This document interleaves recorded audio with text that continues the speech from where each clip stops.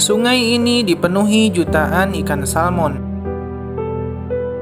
Kenapa ada begitu banyak ikan salmon di sungai ini? Setiap tahun, ikan salmon akan bermigrasi dari Samudra Pasifik atau Samudra Atlantik menuju ke hulu sungai. Salmon dewasa bisa menempuh perjalanan yang sangat panjang dan melelahkan hingga mencapai 1000 km. Migrasi salmon merupakan migrasi terberat dibanding migrasi hewan-hewan lainnya. Hewan yang melakukan migrasi bukanlah tanpa alasan. Ada dua faktor yang mengharuskan koloni mereka bermigrasi.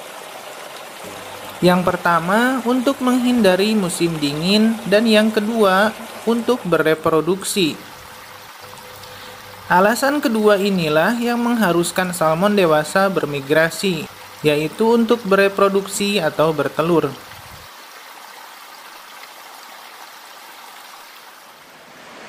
Walaupun harus menempuh perjalanan panjang, ikan salmon yang hidup di Samudra Pasifik dan Samudra Atlantik rela berjuang menuju perairan sungai demi menetaskan telur dan berkembang biak.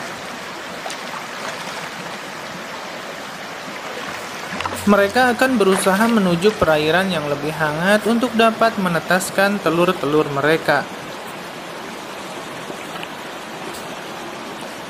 Walau habitat salmon berada di laut lepas, namun salmon dilahirkan di hulu sungai. Telur-telur salmon akan menetas dengan sendirinya tanpa perawatan induknya. Bayi salmon mencoba bertahan hidup mandiri tanpa orang tuanya. Saat beranjak remaja, anak salmon akan membentuk koloninya sendiri. Koloni ini akan melakukan perjalanan jauh menuju perairan yang lebih luas dan hidup di samudra. Salmon bisa hidup 4 hingga 7 tahun di samudra. Salmon dewasa yang siap bertelur akan kembali ke perairan sungai yang hangat. Migrasi ini tidaklah mudah bagi ikan salmon. Banyak rintangan yang harus mereka hadapi. Berbagai macam predator dan arus air yang deras, air terjun merupakan bagian yang harus mereka lewati. Mereka berenang melawan arus, bahkan berenang melewati air terjun.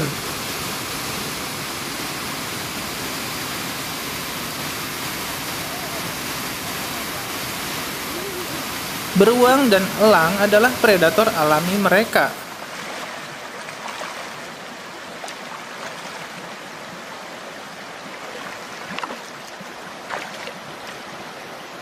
Belum lagi kapal-kapal nelayan yang siap menjerat dan menangkap salmon dengan jaring-jaring mereka.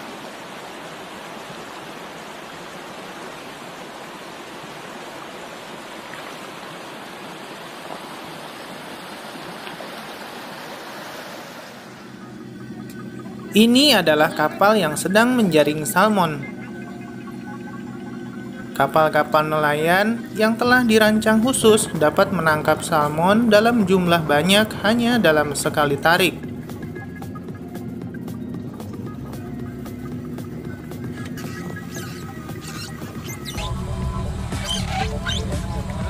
Ikan salmon dikenal sebagai salah satu makanan paling bernutrisi di dunia.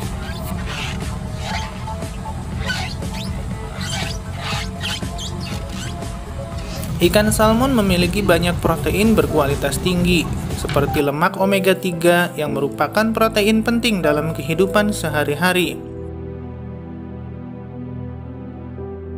Oleh sebab itulah harga ikan salmon menjadi mahal.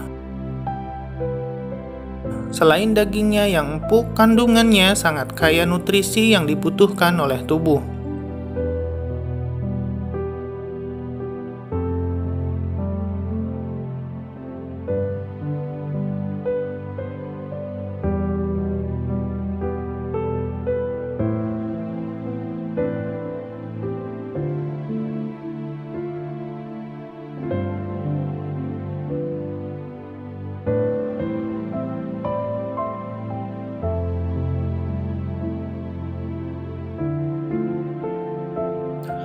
Untuk menjaga populasi salmon, perusahaan besar dapat menumbuhkan bibit ikan salmon dengan cara mengambil telur dari dalam perut salmon, lalu membuahinya dengan sel sperma salmon jantan.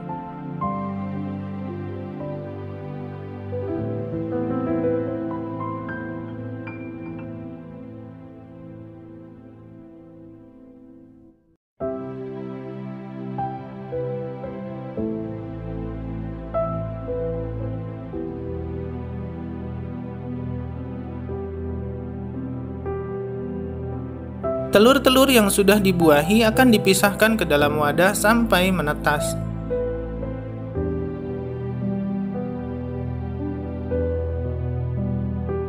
Setelah bayi salmon menetas, barulah dipindahkan ke wadah yang lebih besar.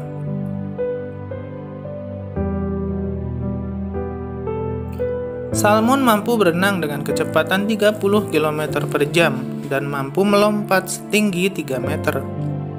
Bertujuan agar dapat terhindar dari pemangsa alami mereka. Migrasi yang menempuh jarak panjang juga membuat ikan salmon harus berpuasa selama berbulan-bulan. Karena perjalanan yang sulit membuat mereka tidak sempat untuk makan. Oleh sebab itulah, salmon mengandalkan cadangan lemak yang ada di dalam tubuhnya sebagai sumber energi. Setelah mencapai hulu sungai, salmon betina akan mencari tempat untuk bertelur. Mereka akan membuat cekungan di dasar sungai dengan cara mengepakkan ekornya ke pasir. Cekungan ini bertujuan untuk meletakkan telur-telur mereka. Setelah selesai bertelur, induk salmon akan menutupi telurnya dengan pasir atau kerikil agar aman dan tidak hanyut. Salmon lebih suka bertelur pada air yang berarus. Air berarus baik untuk suplai oksigen bagi telur-telur mereka.